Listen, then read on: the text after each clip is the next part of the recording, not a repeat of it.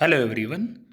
दोस्तों, हम लोग इंडियन पॉलिटी डिस्कस कर रहे हैं और जैसा कि आप सब जानते हैं, हमने प्रीवियस वीडियोस में कई सारे इंपॉर्टेंट टॉपिक्स डिस्कस किए हैं इंडियन पॉलिटी के, राइट। और आप सब जानते हैं कि हम लोग बहुत डिटेल में कर रहे हैं इंडियन पॉलिटी को, राइट। तो आज के सेशन में हम करेंगे basically advocate general of the state. Previous video में हमने अटॉर्नी जनरल ऑफ इंडिया को डिस्कस किया था और आज के सेशन में हम चर्चा करेंगे advocate general of the state के बारे में, जिसे आप बोलते हैं राज्य का महाधिवक्ता, राइट।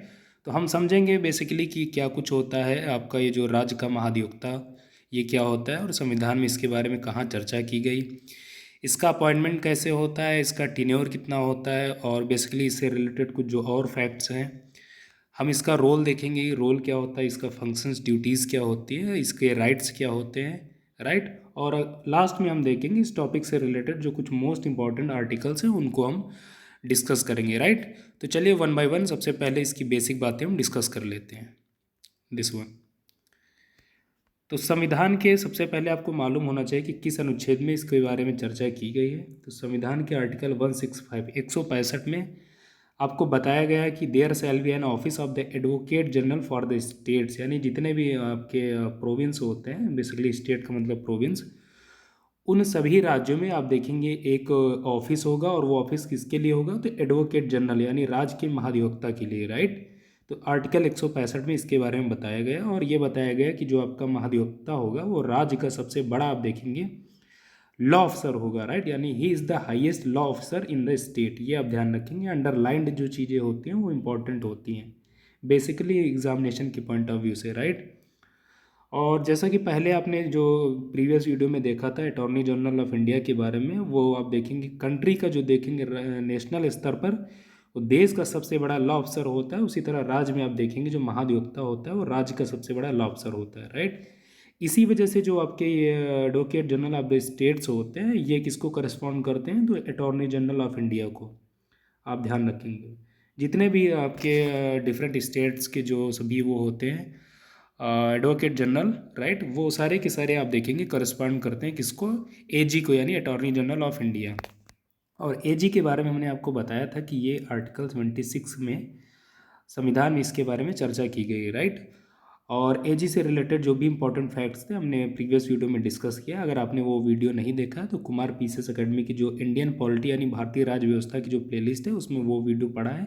रिसेंट का सबसे रिसेंट का वीडियो है, आप उसको वहाँ से रेफर कर सकते हैं, राइट।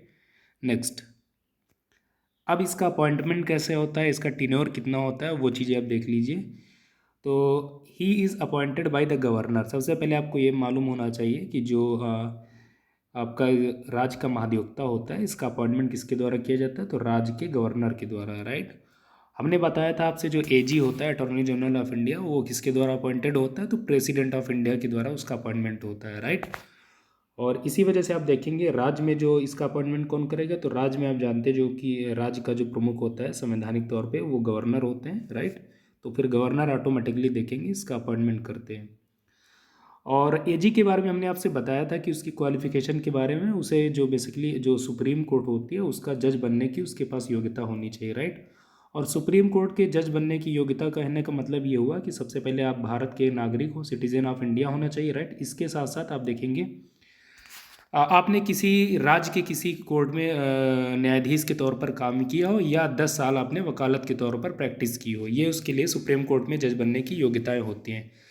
तो आप देखेंगे अगर आप अटॉर्नी जनरल ऑफ इंडिया बनना चाहते हैं तो ये उसकी जो आप देखेंगे जो छुपी हुई क्वालिफिकेशंस हैं ये वही है, राइट। यहाँ पर आप देख रहे हैं बेसिकली जो अटॉर्नी जो आपका एडवोकेट जनरल होता है उसके लिए क्वालिफिकेशन बताई गई कि ये जो है एक जो राज्य का उच्च न्यायालय होता है उसका जज बनने की इसके पास योग्यता होनी चाहिए, राइट। ये आप ध्यान रखेंगे।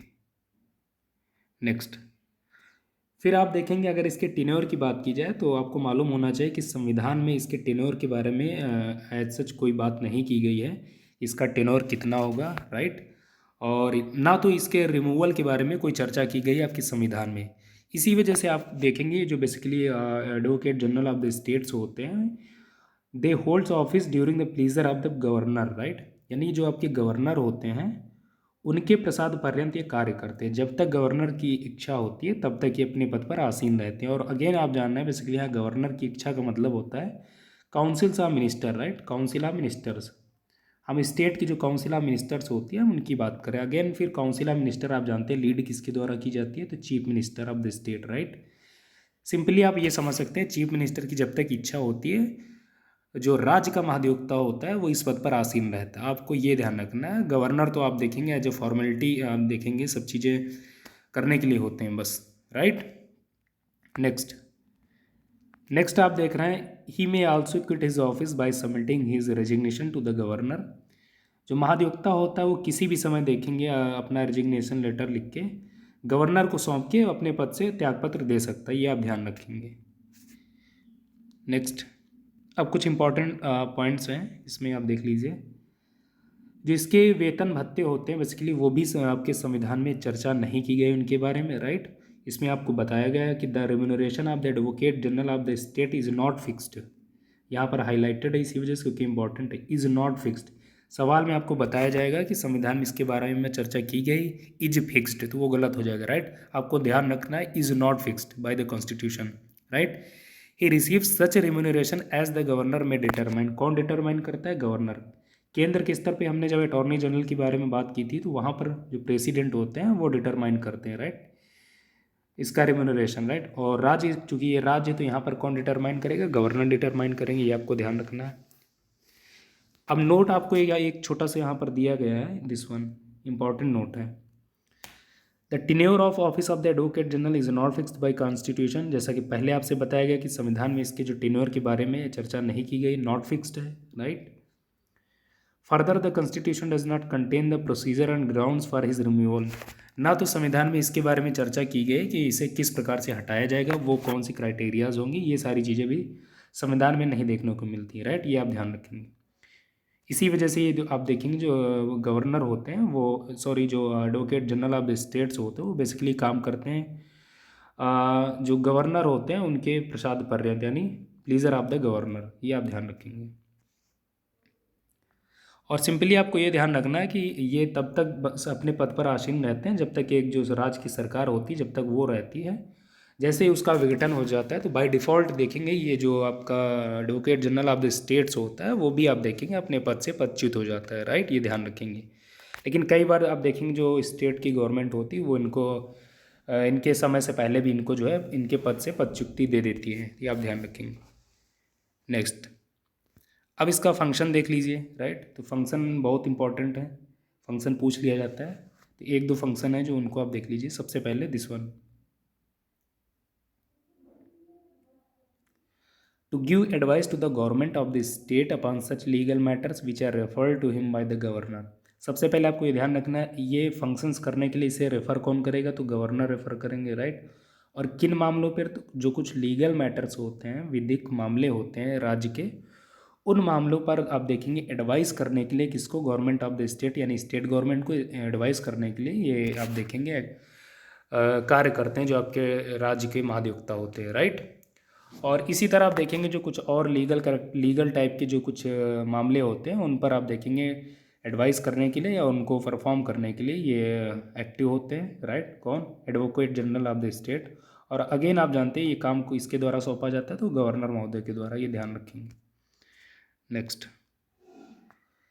इसमें आप देख रहे हैं basically in the performance of his official duties the advocate general is entitled to appear before any court of law within the state. जैसा कि आपने देखा था जो एजी होता है उसे भारत के सभी कोर्ट्स में, चाहे सुप्रीम कोर्ट हो या हाई कोर्ट्स हो, उसमें सुने जाने का अधिकार है। सो चूंकि हम स्टेट के बारे में बात करें और ये स्टेट का आप देखेंगे एक पद है, राइट। तो इसी वजह से जो राज्य का उच्च न्यायालय होता है या राज्य के जो भी कोर्ट्स होते हैं उसे उसमें इसे सुने जाने का अधिकार है। ये वहाँ पर आप जाके ये वहाँ अपीयर हो सकता है राज्य सरकार का पक्ष लेने के लिए, राइट, आप ध्यान रखेंगे। अब आपने इसके फंक्शंस देख लिए, राइट। अपॉइंटमेंट देख लिया कैसे होता है, टेन्योर कितना होता है और संविधान के किस आर्टिकल में इसके बारे में चर्चा की गई। अब बात आती है इसके राइट्स, यानी जो advocate general of the state होता है उसके राइट्स क्या होते हैं, राइट। ये तो सबसे पहले आप देख रहे हैं बेसिकली ये राज्य के जो he has the right to speak and to take part in the proceedings of both the houses of the state legislature. जैसा कि एजी जो आपने देखा था पार्लियामेंट के दोनों सदनों में उनकी जो गतिविधियां होती हैं, जो कार्य प्रणाली होती है उसमें वो प्रोसीड कर सकता है, उसमें भाग ले सकता है। इसके अतिरिक्त उसमें स्पीच दे सकता है, उसे बोलने का अधिकार है, राइट। इसके अतिरिक्त आपने देखा था जो पार्लियामेंट की जो कमिटीज़ होती है उसका वो मेंबर भी हो सकता है। इनफैक्ट आप देखेंगे जो जॉइंट आप देखेंगे सिटिंग होती है उसका भी वो मेंबर हो सकता है, बशर्ते उसे वोट देने का अधिकार नहीं था, राइट। किसे? एजी, अटॉर्नी जनरल ऑफ इंडिया को, राइट। तो उसी तरह आप देखेंगे जो राज्य का महाधिवक्ता होता है उसे भी राज्य की जो स्टेट लेजिस्लेचर होती है उसके दोनों हाउसेस में आप देख सकते हैं, बोथ द हाउसेस, यानी विधानसभा और विधान परिषद अगर दोनों हैं तो इन दोनों सदनों में आप देखेंगे ये वहाँ पर इसे बोलने का अधिकार है, उसकी कार्यप्रणाली में उसकी गतिविधियों में उसे भाग लेने का अधिकार है, राइट। आप ध्यान रखेंगे।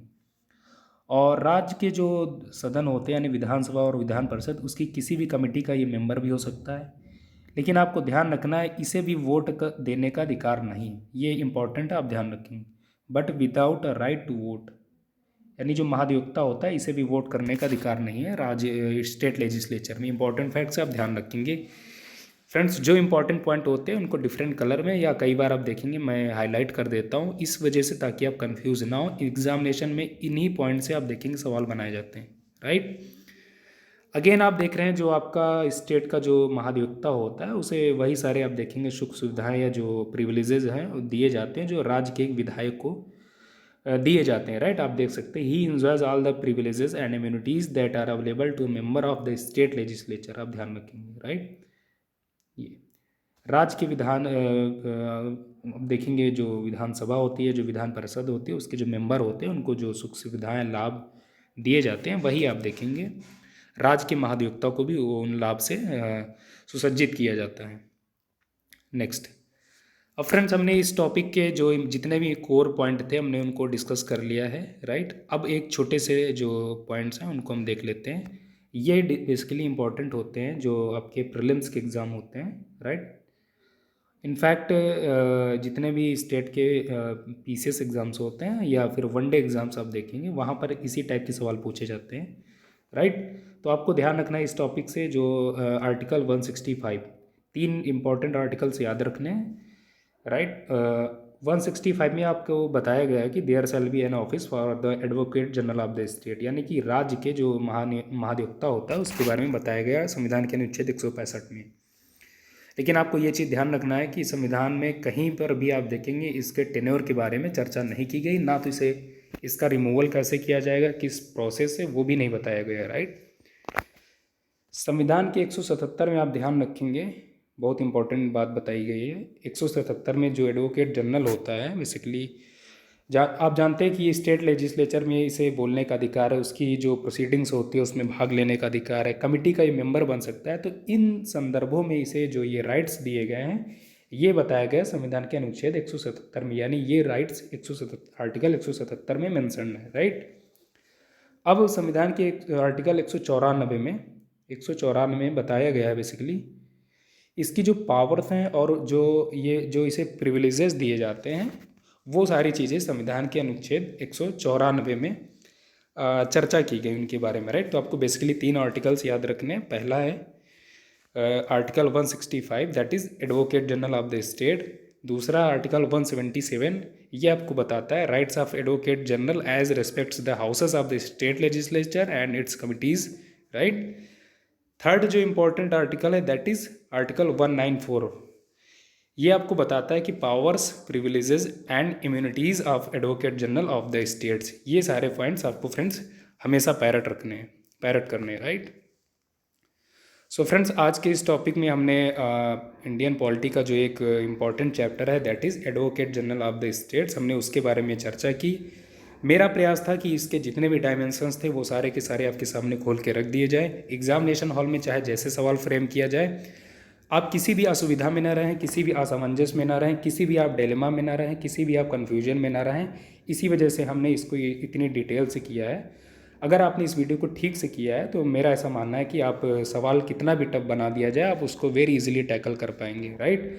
और जैसा कि आप सब जानते हैं हम लोग जो इंडियन पॉलिटी के जो चैप्टर डिस्कस कर रहे हैं नाउ डेज हम बहुत डिटेल में कर रहे हैं, क्योंकि मेरा ऐसा प्रयास है कि आप चाहे जिस भी एग्ज़ाम में बैठे, चाहे आप यूपीएससी में बैठें, स्टेट पीसीएस में बैठें, एसएससी में बैठें या किसी भी एनडीए ईडीएस में या अदर कॉम्पिटेटिव एग्जाम्स में बैठें, अगर उन एग्ज़ाम्स में इन टॉपिक से सवाल पूछे जाएँ जैसा कि पूछे जाते भी रहे हैं और आगे भी पूछे जाएंगे तो वेरी इजीली उन सवालों को इन वीडियोज़ के हेल्प से आप कर पाएँ, राइट। सो फ्रेंड्स, आप सब कमेंट में बताइए कि ये वीडियो आपको कैसा लगा है, राइट। वीडियो ठीक लगा हो तो इस वीडियो को लाइक करें, शेयर करें। अगर आपने चैनल पर पहली बार विजिट किया है तो चैनल को सब्सक्राइब जरूर करें। दोस्तों, इसी नोट के साथ इजाज़त चाहता हूँ। नमस्कार।